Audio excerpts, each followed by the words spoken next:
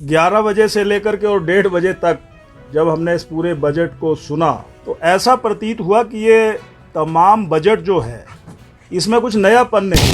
हिमाचल प्रदेश के लोगों को व्यवस्था परिवर्तन के नारे से जो आस जगी थी वो व्यवस्था परिवर्तन उसमें कहीं रिफ्लेक्ट नहीं हो रहा है, कहीं झलक नहीं रहा। मैं ये कहना चाहता हूँ कि ये पूरे का पूरा बजट जो प्रस्तुत हुआ है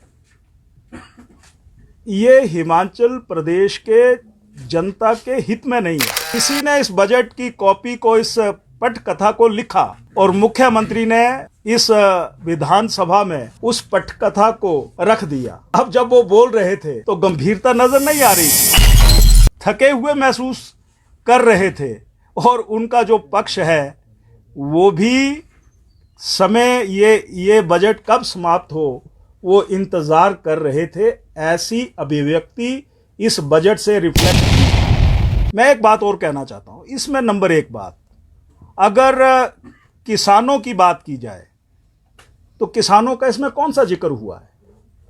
अब गारंटियों का इसमें कोई उल्लेख नहीं हुआ। यानी किसानों के लिए कहा गया था कि आप गाय पालिए, भैंस पालिए, और जब नेताओं के मुख से कोई शब्द निकलता है तो वो पराये हो जाते हैं और पराये शब्द जो हैं वो जनता के होते हैं। परंतु कांग्रेस विचारधारा में ये शब्द जब नेताओं के इनके मुख से निकलते हैं तो ये कहते हैं कि सत्ता प्राप्ति के लिए ये सब कुछ हमने किया था। परंतु हम तो पूछ रहे हैं कि किसानों के उस दूध के लिए आपने कहा था कि भैंस का दूध 100 रुपये, गाय का दूध 90 रुपये, उसका जिक्र इसमें कुछ नहीं हुआ है। अपनी पीठ अपने आप ही थपथपा रहे थे वहां पर। यहां गोबर जो है 2 रुपये किलो खरीदा जाएगा, उसका जिक्र इसमें कुछ नहीं हुआ है। हिमाचल प्रदेश की जनता बहनों को, जितने भी हमारी बहनें होंगी उनको 1500 रुपया, ये कहीं कल्पा का जिक्र करते हैं, कहीं पर लाहौल स्पीति का जिक्र करते हैं, तो हिमाचल में तो 24 लाख बहनें हैं। बजट का कितना प्रावधान किया गया? 4000 करोड़ रुपया सालाना चाहिए। ये क्यों ठगा गया है?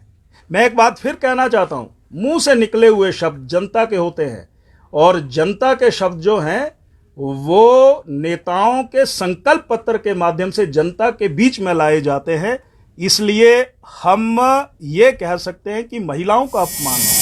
कहा जा रहा है कि हम कांगड़ा में एयरपोर्ट का एक्सपेंशन करेंगे, करिए ना, किसने मना किया है? पर बजट का कितना प्रावधान है कि जिस 7 लाख रुपए की बात ये वर्तमान कांग्रेस की सरकार कर रही है तो वहां पिछले कल चर्चा हुई, उन्होंने कहा अभी तक को कुछ घरों में, कुछ जिलों में कुछ पैसा दिया गया है। इन्होंने कहा था कि जो लोग बेघर हो गए हैं उनको शहरों में हम 10,000 रुपया महीने का किराए का देंगे, गाँव में 5,000 देंगे, वो कहीं नहीं मिल रहा है। हमने लाचार बीमारियों के लिए 8 लाचार क्रिटिकल बीमारियों के लिए सहारा योजना शुरू की थी।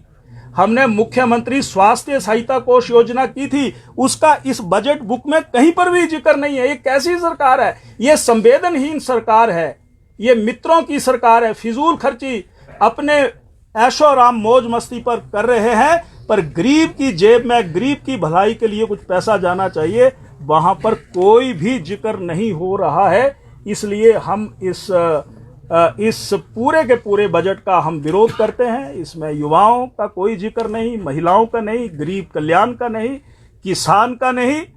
ये मैं कहना चाहता हूं।